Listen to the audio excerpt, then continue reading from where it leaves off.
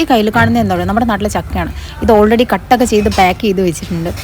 ഇന്നത്തെ എൻ്റെ ഡേ ഡ്യൂട്ടിയൊക്കെ കഴിഞ്ഞ് ഇനിയിപ്പോൾ നൈറ്റ് ഡ്യൂട്ടി ഒന്നും ഇല്ലയെന്ന് വിചാരിച്ചു. അപ്പോൾ ഞാൻ വിചാരിച്ചു എന്നാൽ പിന്നെ കുക്ക് ചെയ്യാമെന്ന്. അങ്ങനെ നമ്മുടെ ചക്കയെല്ലാം തന്നെ കഴുകി നമ്മുടെ ബോയിലറിലിട്ടു. ആദ്യം വേവിച്ചെടുക്കണമല്ലോ.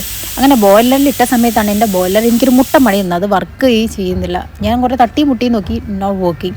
അപ്പം ഞാനത് കൊണ്ട് നമ്മുടെ ഇൻഡക്ഷനിലിട്ടു. പക്ഷേ ഇൻഡക്ഷനിലാകുമ്പോൾ കുറേ ടൈം എടുക്കും അത് വേവാൻ.